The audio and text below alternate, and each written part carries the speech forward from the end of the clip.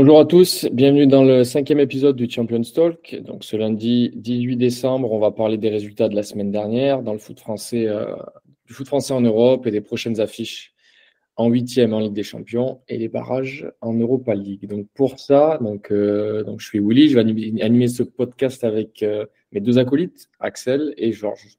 Bonjour à tous. Bonjour, bonjour. Axel, rédacteur web du site web Les Transferts pour ceux qui ne savent pas, et Georges, journaliste Bonjour. anglais qui suit la Ligue 1 aussi. Donc, pour ce sommaire, alors, on a trois sujets qu'on va voir ensemble. Le premier sujet, donc, vous imaginez bien, les trois sujets vont concerner les tirages au sort qui ont eu lieu aujourd'hui. Donc, avec un sujet numéro 1 sur le PSG en LDC, à savoir si c'est une bonne ou une mauvaise chose. Sujet numéro 2, avec évidemment le tirage, qui est la Real Sociedad. Sujet numéro 2 qui va concerner Lens, Rennes et l'OM. On va parler de leur tirage aussi. Et puis, dans le troisième sujet, on va un peu plus élargir sur les autres rencontres européennes qui vont se disputer et qui vont nous intéresser. Voilà, messieurs. Bah, écoutez, sans plus attendre, sujet numéro 1. Donc, le PSG en Ligue des Champions. Donc, on en avait discuté un petit peu avant tous les trois. On se posait la question bonne ou mauvaise chose que le PSG soit en LDC parce que c'est passé ric-rac. Quand on voit ce tirage, j'en connais un de vous deux déjà qui est très content.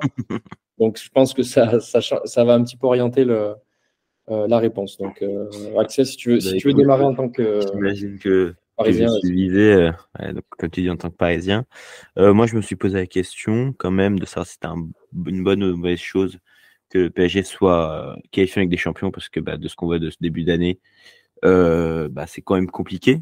Quand on voit qu'on tire 35 fois ou 33 fois face à Newcastle et on marque avec un pauvre penalty à la dernière seconde du match, on se dit que est-ce qu'on a vraiment notre place, sachant qu'en plus il y a un tout nouveau projet qui est un peu une espèce de formation, pré-formation de jeunes joueurs français. Enfin, je sais pas, j'ai pas trop bien compris ce projet-là, avec Luis Enrique à la tête qui fait n'importe quoi d'ailleurs en termes de tactique. Donc, être là en Ligue des Champions, tomber contre un gros a été, je pense, le coup de massue, mais au final, on arrive à choper la Real Sociedad de manière inespérée. Donc, il va nous donner un peu plus de temps, entre guillemets, pour mettre en place notre jeu, d'avoir une première confrontation, on va dire, un peu plus douce que si on était tombé contre un Manchester City ou un Bayern. D'ailleurs, Bayern, c'était l'équipe avec le plus de pourcentage de chance. On était près de 18% tombé pour tomber contre le Bayern. Donc, un ouf de soulagement, et on va voir ce que va donner les prochains matchs avec Luis Enrique. Il faut vraiment qu'il instaure un dispositif stable, avec des joueurs stables. Il faut qu'il a de faire n'importe quoi parce que les joueurs se perdent de match en match.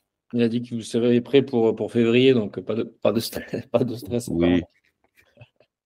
Après, il a dit qu'on serait prêt aussi contre Lille et on a fait 1-1. C'était peut-être un des matchs les plus ennuyants que j'ai jamais vu de ma vie. Donc, Georges, toi, qu'est-ce que tu en penses avec ton... Ouais, vraiment, je pense d'éviter le pire, c'est le mieux pour le PSG en ce moment. Juste pour éviter le Bayern Munich ou même la possibilité de Real Madrid, parce que j'ai vu la liste des différents groupes et les différentes poules que le PSG peut jouer avec ce deuxième place. Et ça donne un peu les flashbacks des années passées de voir ce type de l'équipe-là. Donc, je pense que ça, c'est le truc le plus important.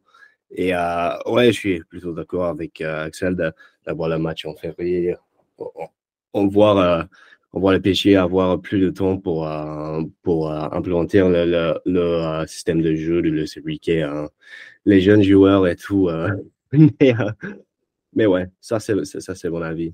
Et heureusement pour le football français que c'est pas un Bayern Munich, parce que je pense dans cette étape de le projet de PSG, le nouveau projet entre guillemets de PSG de cette saison, je pense de jouer contre un grande équipe européen, je pense qu'ils ne gagnent pas. Ça c'est mon avis. le problème, c'est que, alors déjà, il y a la gestion du cas Mbappé qui est à part. Donc, tu achètes 2 attaquants à presque 200 millions d'euros tu débourses sur deux joueurs censés être le futur, etc. Tu te rends compte que les deux ne jouent même pas et que c'est Mbappé qui a mis en pointe.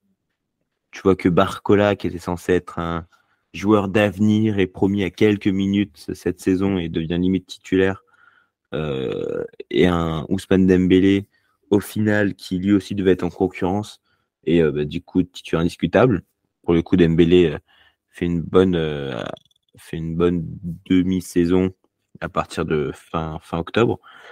Donc c'est compliqué. Quand tu vois que de l'autre côté, tu as du Bayern qui a limite 2 équipes titulaires, tu as City qui peut jouer avec 20 joueurs différents, c'est tout le temps un rouleau compresseur.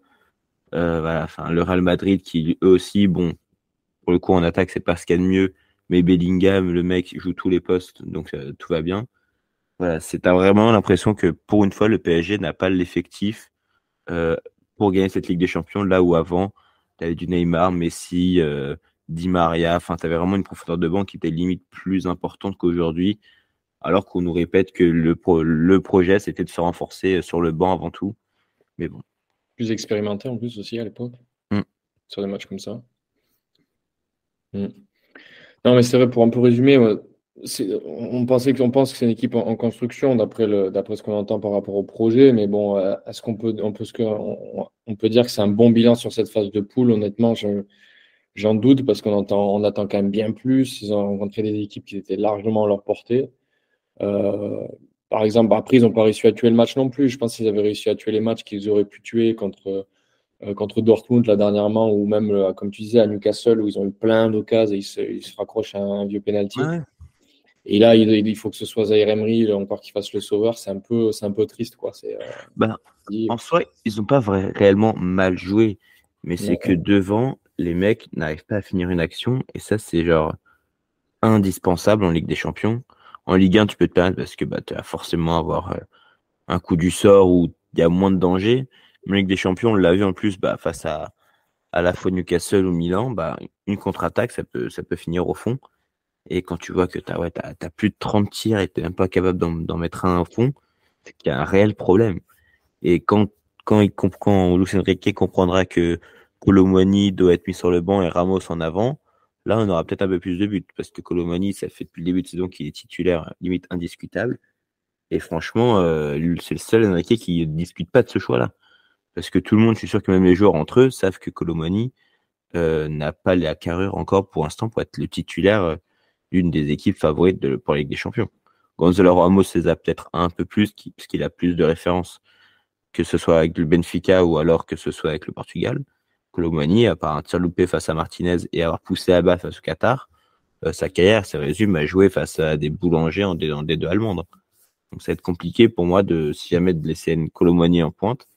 Ça va être compliqué pour le PSG de se qualifier, du moins même face à Sociedad. Il a vraiment la somme contre Kolo Muani toute la saison. Mais c'est vrai avec Kolo Muani.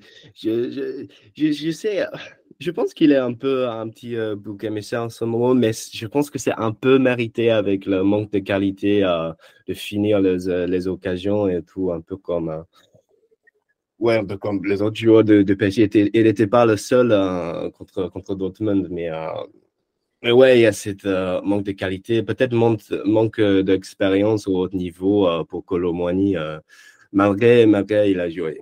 Malgré le fait qu'il a joué à Francfort, il a joué en Ligue des Champions, mais il n'a pas peut-être la consistance de la régularité de finir les occasions comme ça, avec la très haute pression, quoi. Les ouvriers de Volkswagen, en tout cas, ils sont bien contents de ne plus jouer contre lui. Ça, c'est déjà sûr.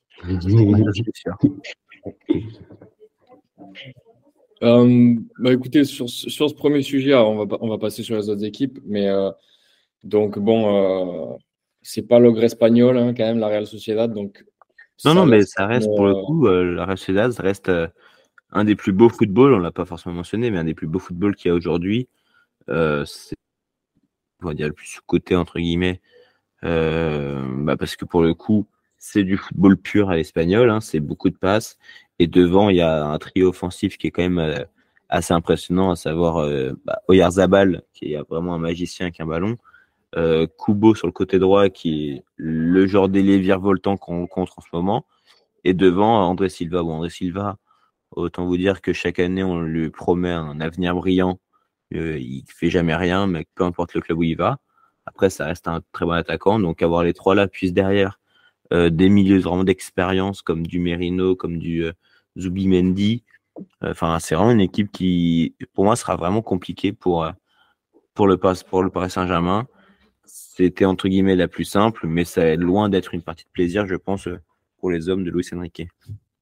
Ouais, on rappelle quand même juste sixième de Liga, mais bon, avec 30 points, donc à 2 points enfin à 5 points du FCB Barcelone qui est sur le podium, donc avec quand même des belles équipes devant hein, l'Atlético Madrid, Barcelone, Real Madrid, Bilbao, donc voilà, sixième, mais ça performe quand même pas mal, ça reste sur 3 victoires en 5 matchs. Non, c'est sérieux quand même.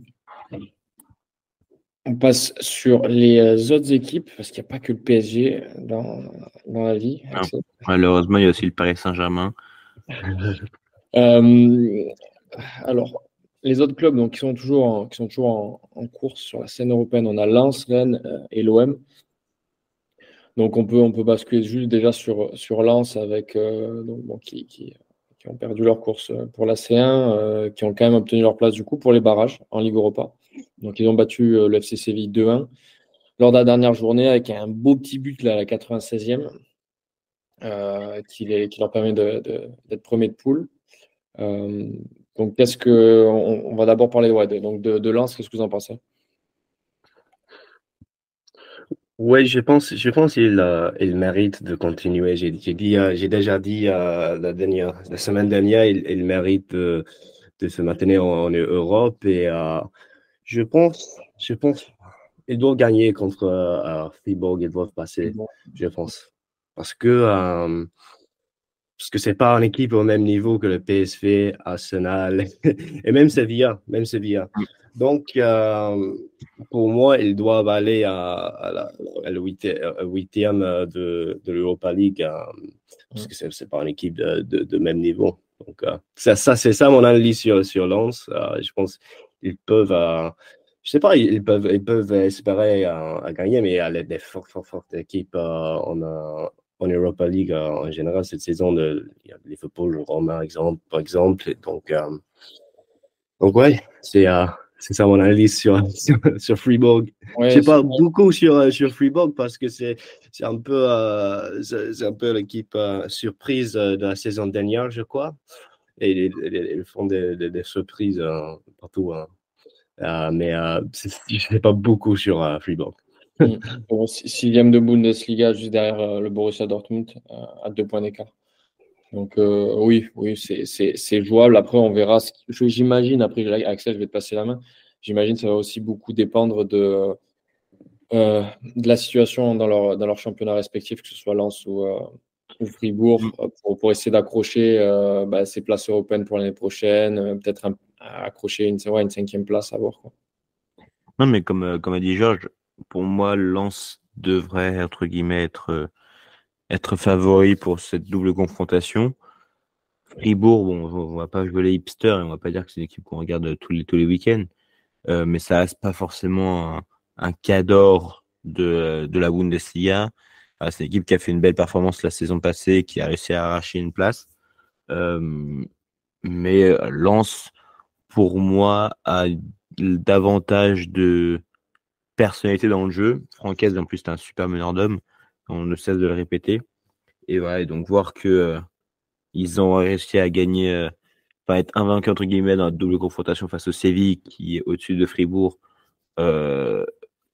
d'avoir réussi à battre une équipe d'Arsenal qui était ultra dominée par les Lensois, quand même que Lens a une certaine envie et une certaine capacité à faire déjouer les adversaires. Et donc Lens serait entre guillemets favori. Après, ça reste une coupe européenne et Fribourg, je pense, n'a pas volé sa place. Donc ça restera compliqué pour les Lensois. De toute façon, maintenant, tous les matchs seront compliqués. Donc voilà, mais Lens, pour moi, reste quand même favori dans cette élimination. Ok. Ok, donc bon, lance favori. On va voir, on verra bien comment ça se passe. Il reste encore quelques matchs avant la trêve. Déjà niveau championnat, on verra un petit peu dans quel état d'esprit seront les deux équipes d'ici là. Deuxième équipe française qui est aussi passée, c'est Rennes, qui a fini seconde du groupe F. Malheureusement, un tout petit point de Villarreal lors de cette dernière journée. Ils ont perdu, Rennes a perdu 3-2 à la maison, à la baraque, au match retour. Mais bon, quand même qualifié. Par contre, ça va être chaud parce que c'est ils prennent bien, quoi. Donc, bon, ça a fait rêver les supporters, mais les chances de passer le tour vont être réduites. Oui, déjà c'est difficile parce que pour toutes les équipes dans les barrages de Ligue Europa, parce que c'est 2 matchs de plus en février après le Cannes et tout, donc c'est déjà compliqué. Mais de jouer contre Milan, c'est aussi pas évident. C'est pas évident peu. Donc ouais, j'ai vraiment pensé à notre ami Lucas qui est supporter de Rennes. Pour eux, c'est un match rêve un petit peu, ouais. Ouais. Parce que c'est San Siro, un petit déplacement au San Siro, c'est pas mal déjà. Ouais, donc, ouais, Milan, ils sont les favoris pour le match, mais on sait jamais avec notre ami Julien Stéphane. Ouais, Ouais, non, c'est ça va être sûr. compliqué. Ouais, Là, pardon, vas-y, vas-y. notre chauvinisme s'arrêtera, je pense, à cette double confrontation. Après, ça reste avec des champions, ça reste à la Ligue Europa, donc une compétition européenne, on ne sait jamais. Milan montre aussi quelques faiblesses. La faiblesse d'une de marquer des buts. Ils ont été en difficulté face à Newcastle, Paris ou Dortmund. Mais bon, ça, Rennes, on va dire, est un cran en dessous. Sauf que bah, Rennes est la seule équipe à avoir battu le PSG cette saison en Ligue 1. Donc ça montre que face à des gros, ils sont capables de faire quelque chose. Donc on sait jamais, on sait jamais. Je mettrai quand même une petite pièce sur Léao et ses copains. Mais Rennes en embuscade. Le soulèvement de la Bretagne, peut-être, mais Hmm. va falloir brûler les cierges, hein. Oh Côté putain. ok, bon, on va pas s'attarder sur le cas de Rennes. On espère le meilleur pour eux. Après, on a évidemment l'OM qui eux, vont prendre le Shakhtar Donetsk de leur côté. Donc, eux, ils ont chuté en toute fin de match contre Brighton, 1-0. Donc, ils ont laissé échapper donc, du coup, cette première place qui tenait jusqu'à la 88e, il me semble. Ouais. Georges, à mon avis, tu as dû suivre ça de plus près que moi. Euh, ouais, qu'est-ce qu'on en pense de l'OM qui, quand même, en championnat, s'est réveillé et ouais, il joue quand même un petit peu mieux, on va dire. Mais Shakhtar Donetsk, ça, quand même, ça reste à la portée quand même de l'OM, non? C'est pas non plus dingue comme équipe, mais c'est un habitué un peu plus de la LDC. Ouais, c'est maintenant mon excuse de parler de le match de Brighton OM parce que Ouais. franchement, c'était incroyable. Le joli but de João Pedro qui a fait le cauchemar pour l'OM et le calendrier. Encore, ouais, c'est ça. Mais ouais, Shakhtar Donetsk, c'est pas encore, c'est pas évident contre Shakhtar, une équipe de Ligue des Champions. Je crois qu'ils ont été c'était troisième de groupe H avec un groupe de Porto et Barcelone. Et donc, c'était un groupe très, très difficile pour eux. Mais est-ce que l'OM sont les favoris pour Shakhtar? Je sais pas. Je pense que ça va être moins difficile que jouer contre Brighton. Mais, Je pense aussi, oui. Mais je pense pas, on attend jusqu'au février, je pense. Ils ont des problèmes avec les blessures, la fatigue, bien sûr. Donc, pour eux, de ne pas jouer dimanche, jeudi chaque semaine en janvier, février, je pense que ça va être bon pour eux pour récupérer quelques joueurs aussi d'aller dans le mercato un petit peu. Mais ouais, c'était de la part de l'équipe de Gattuso, je pense que c'était pas ouf contre Brighton parce que j'étais à la conf de presse avant le match que tout sera dit de ne pas jouer trop bas, de ne pas jouer pour le match nul. Mais ils ont fait exactement l'opposé de les instructions de leur entraîneur. Donc, ouais, ça m'a surpris un petit peu, mais il y a toujours ce truc de mentalité avec donc, ouais. Non, mais le problème, c'est qu'on le voit même en Ligue 1 et Gattuso l'a répété à de nombreuses reprises. C'est que le Marseille, les 45 premières minutes vont être excellents et les 45 suivantes vont pas se mettre derrière et attendre juste que le match finisse. On l'a encore vu face à Clermont, ils marquent 2 buts très tôt dans la rencontre. Ils vont prendre un but à la 57e et de là, plus rien ne se passe. Donc, c'est, je pense, le point faible entre guillemets des Marseillais, c'est qu'ils n'arrivent pas à répéter cet effort, un lourd effort qui est demandé par Gattuso d'ailleurs, mais cet effort sur 80-85 minutes. Donc, jusqu'alors, il faudra faire attention.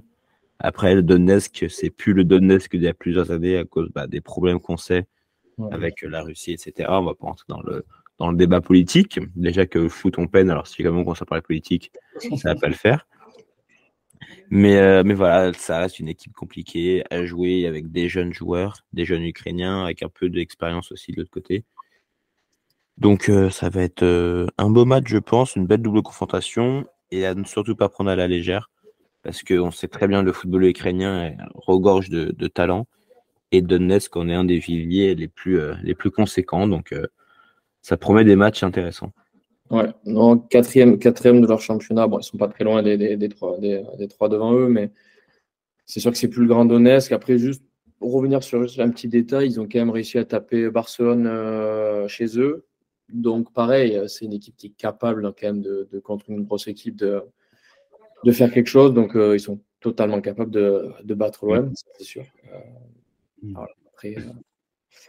Après avoir au Vélodrome aussi, l'OM a des arguments à la maison, Donetsk aussi de son côté. Donc, intéressant comme affiche.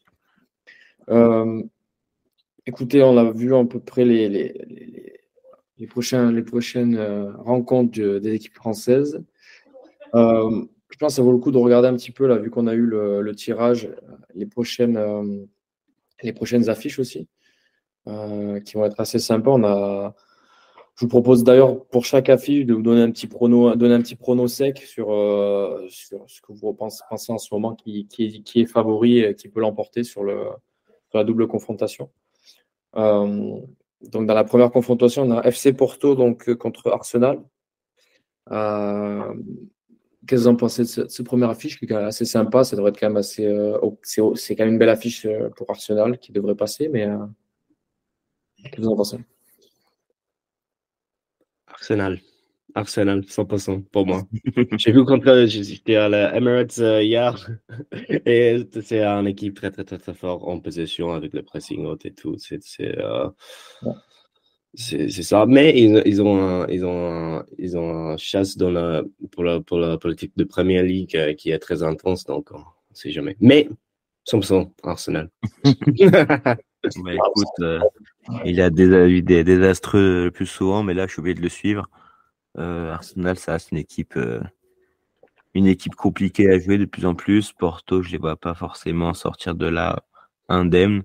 Même si le rythme est plus soutenu en première ligue, je vois quand même Arsenal aller bec et ongle pour essayer d'accrocher minimum une demi-finale de Champions League. Ouais, je suis d'accord. Surtout sur une double confrontation, parce qu'ils sont capables de peut-être se faire peur sur un match, mais ils sont trop bons et trop au-dessus pour se faire avoir sur 2 rencontres. Donc, ok. Ensuite, on a Naples, Barcelone. Belle affiche, je dis ça. Écoute, cette affiche-là, il y a 4-5 ans, aurait été un peu plus attrayante, entre guillemets.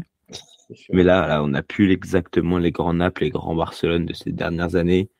Mais ça va rester quand même un match compliqué.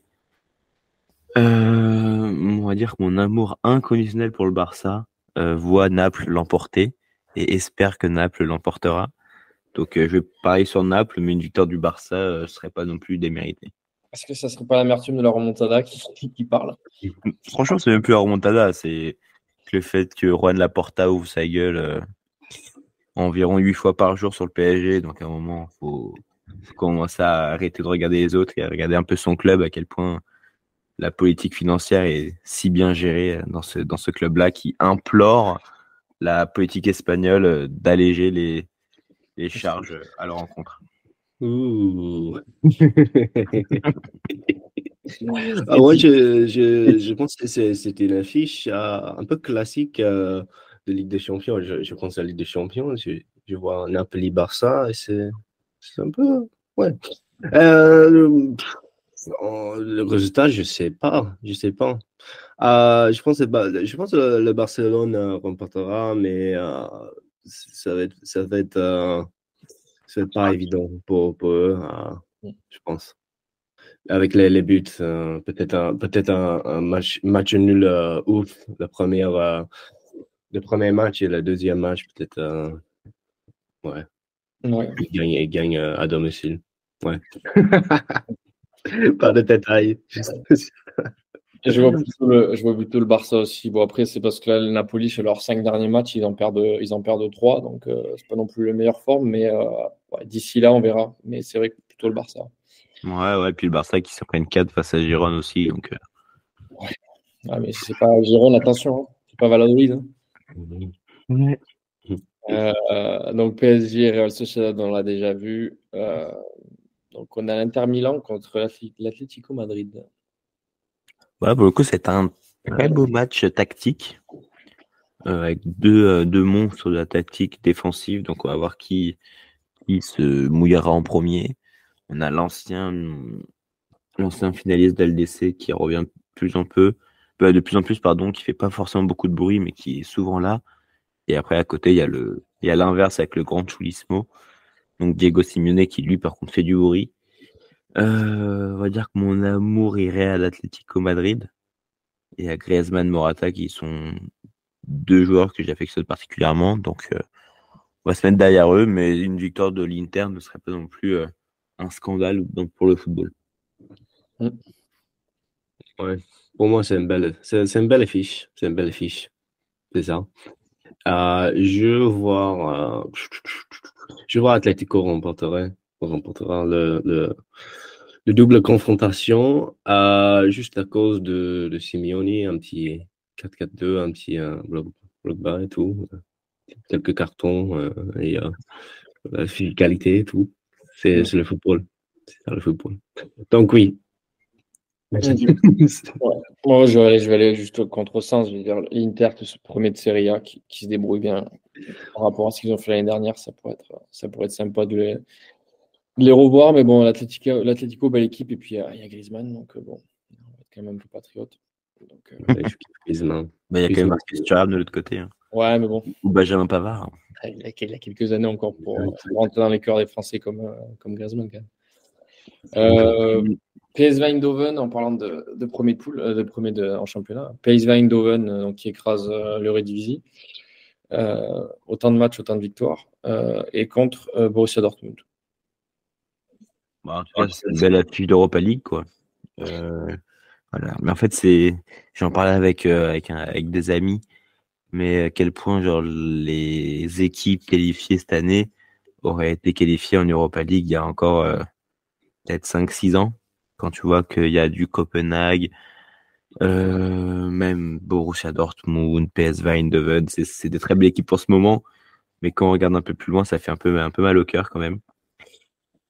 Mais bon, revenons à nos moutons. Je vois quand même le PSV l'emporter. Dortmund, on l'a vu, pour moi, n'a pas été digne d'un premier de groupe, là où le PSV est peut-être ça une plus petite équipe, mais propose un football totalement différent des autres. Donc, j'aimerais voir le PSG l'emporter, là où Dortmund, pour moi, se repose encore sur une forte histoire et pas forcément sur un présent bien développé. Ouais, je suis plutôt d'accord avec ça. Je pense à le projet de Dortmund, ouais, c'est ça. C'était dans le marché, le projet actuel, c'est pas un projet qui est. C'est un peu comme le PSG, c'est un peu encore, c'est pas. Ouais. Que deux. Donc, Après, avec Marco Reus, Lewandowski et Götze, c'est une belle. Ouais, mais c'est dans super. l'équipe de Jürgen Klopp. Mais Douze, ok, incroyable. ouais, je vois, ouais, j'aime bien le style de PSV. Ils ont posé des problèmes dans la Coupe de Ligue des Champions. Donc, ouais, je vois Sur le PSV. mérite, ouais. Sur le mérite de PSV, c'est Mm. Borussia 5e de Bundesliga dans cette Farmer League. Là. Donc, La vraie Farmer League. ouais, on n'est pas non plus, faut pas trop l'ouvrir non plus. La ligue où Colomani était un bon attaquant. Ok, alors Lazio Rome, Bayern Munich. Bon, bah, sans surprise, on va dire le Bayern. Hein. Ouais. Ouais, y a pas trop à épiloguer là-dessus. Harry Kane va mettre encore un triplé. Tout ira bien. Mhm. Ouais, je suis d'accord avec ça. Je suis d'accord. Ouais. Bayern, 100%. Bon, j'imagine que ça va être pareil pour Copenhague, Manchester City. Hein. Bon, ça va être sympa Oui, pour les Danois de voir Manchester City venir et d'aller là-bas. Mais bon, à part ça, ça c'est sûr. Encore une grosse confrontation pour le Manchester City qui accumule les rencontres de plus en plus coriaces.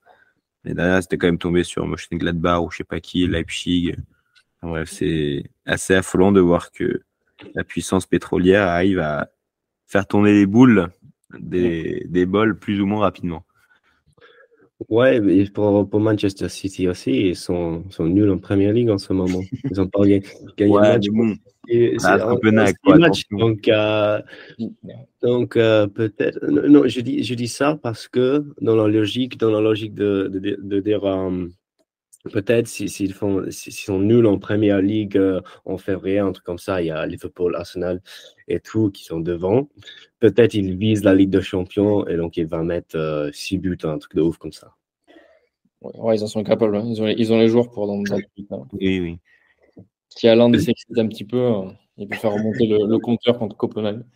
Ouais, ils visent le double. Dernière affiche, Leipzig contre le Real Madrid. Bah, et que là, pareil. Hein. Pareil, encore une fois. Là, c'est pas la puissance du pétrole, là, carrément, c'est le roi Le roi qui passe. qui a dû demander à Gianni Infantino. Non, c'est la FIFA, ça.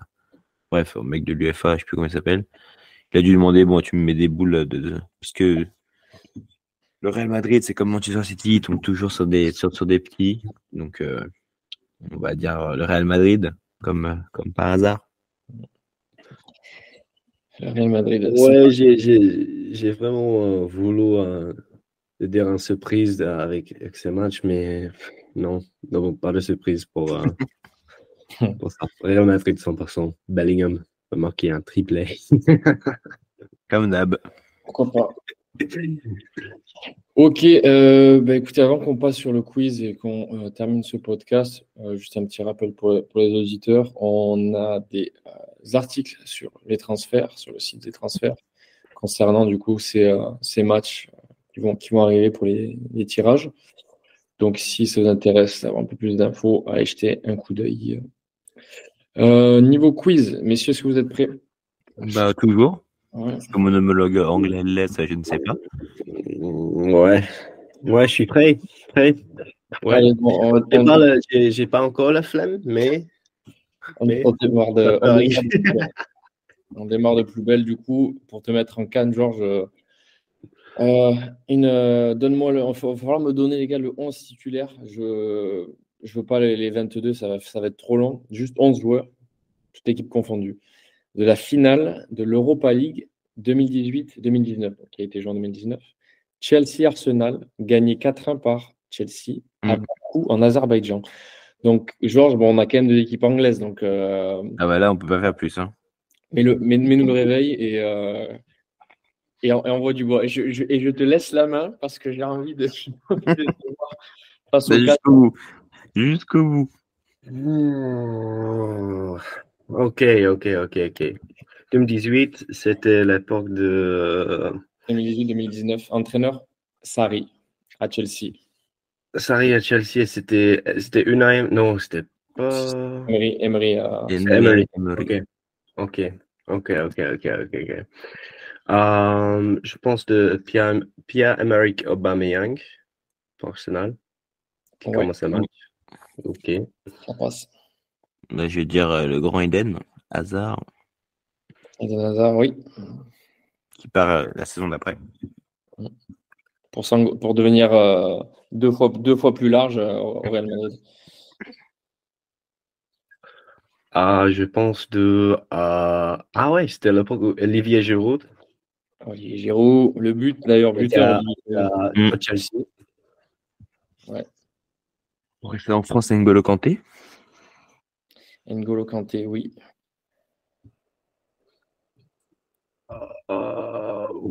J'ai fait un petit pari maintenant parce que je pense que c'était l'époque de Mesut Özil, mais c'était Mesut Özil, mais je pense que c'était sa dernière saison, un truc comme ça. Donc, Mesut Özil? Mesut Özil. Ouais, c'est bon. 1-0. Mesut Özil. Let's go. Bah, c'était la finale avec plein de Français pour le coup, parce que je vais dire Alexandre Lacazette. Oui, Lacazette, c'est bon aussi. Avec Aubameyang devant.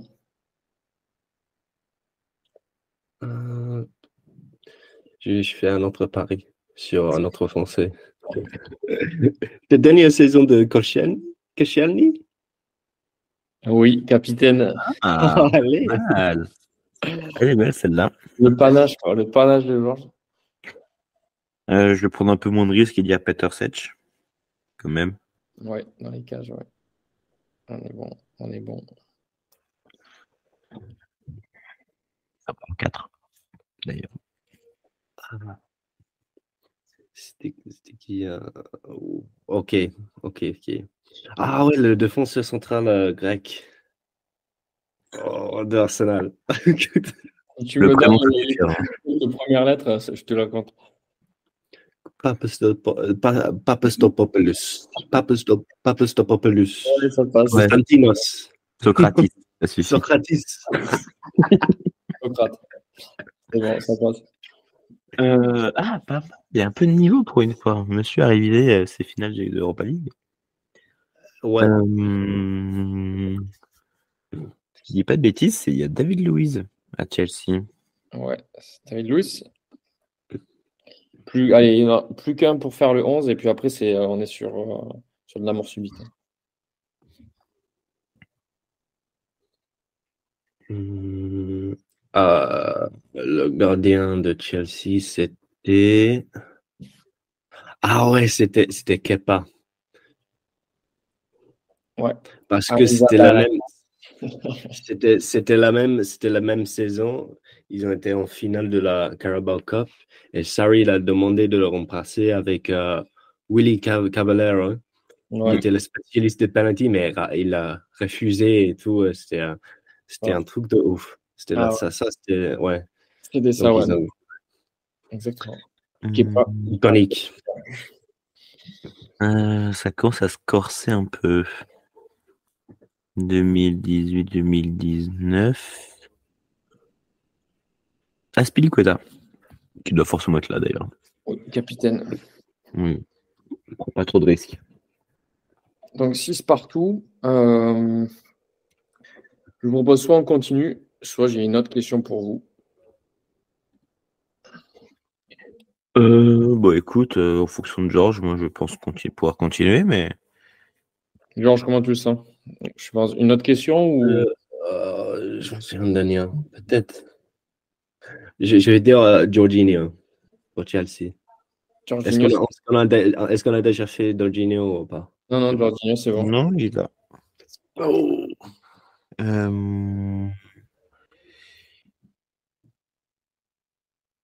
Il y a Maitland Niles qui joue à droite, je crois. Ouais. Je le vois avec son maillot. Ouais. Pas facile, celle-là. Non, il est à Lyon aujourd'hui, numéro 98.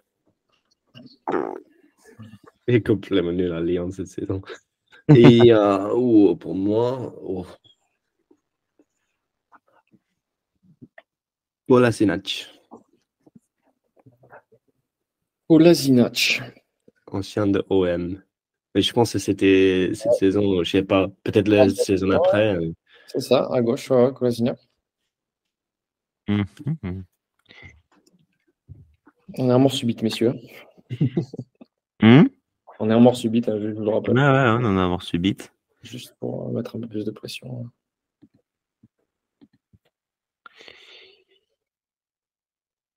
Je suis en train de me dire, on a oublié un attaquant de Chelsea qui joue en 4-3-3, mais je ne sais pas qui Buteur. joue. Buteur en plus. Ouais, on a eu deux doublés d'Eden Hazard. Un but de Giroud et un but de...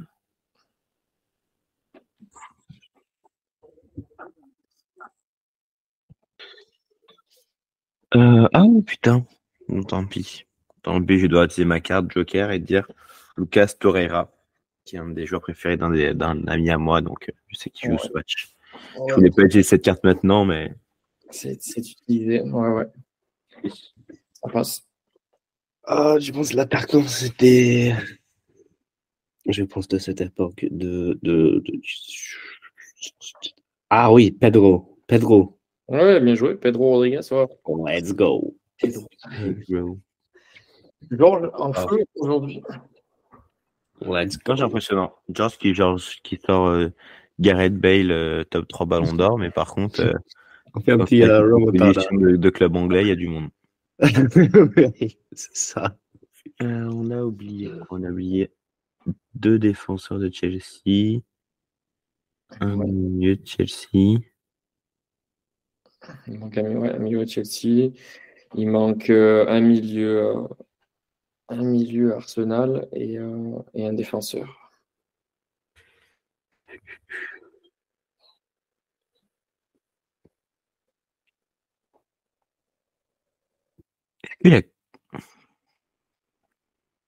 Bon, j'ai tenté Kovacic, mais je sais pas si c'est cette année ou l'année d'après qui part. C'est bon, ça passe Kovacic. C'est bon? Vamos. Ouh. Donc, il y a encore un défenseur de Chelsea. Ouais, deux mêmes. Deux même. On a fait David Luiz, on a fait Aspilicueta. Il y avait. Cahill? Il y avait Gary Cahill à cette époque-là? Non, c'était après. Oh putain, non, non. Je vais dire un autre défenseur que je connais. Christensen. Oui, ça passe pour Christiansen. Allez. En France. T'es pas passé loin quand même. Non, il n'y a pas de Gary Cahill. Donc Aspilicueta joue à droite, du coup, et à gauche. Oh putain, c'est l'italien là. Oh, il est passé à Lyon. Sinon, tu as un milieu Arsenal quand même qui je pense est jouable. Non, mais je vois sa tête. C'est le mec, genre, il a tout gagné alors qu'il est nul. Genre, il a gagné l'Euro et tout. C'est international. Ah ouais. Oh.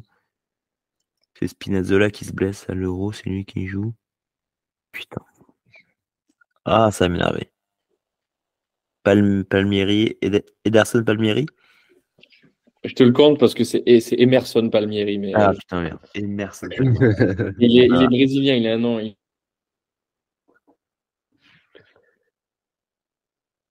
On n'a pas du coup de Babi, mais c'est...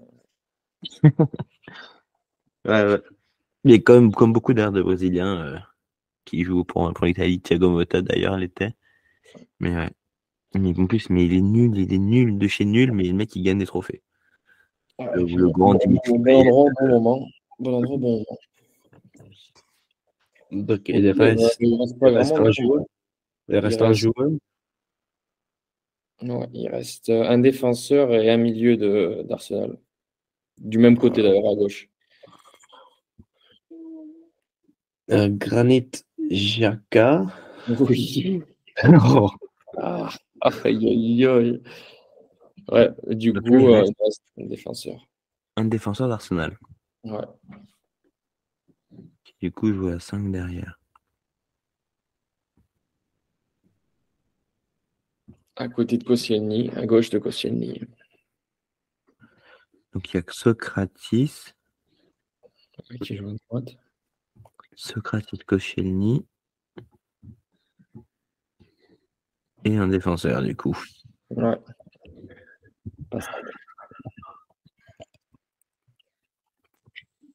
Alors, Vermaelen, il n'est plus là. Le Barça. Intéressant. J'aime ça. J'aime ça. Est-ce que je peux te donner un indice si tu veux? Non, parce qu'on n'a pas donné à Georges. Donc, non, on va trouver ça. Mais surtout parce que j'ai un nom en tête, mais il est latéral. Et vu qu'il joue à 5 derrière, ça m'étonnerait. Sauf que je le vois jouer pendant cette finale. Donc, je pense qu'il rentre après. Mais je suis en train de chercher un défenseur central.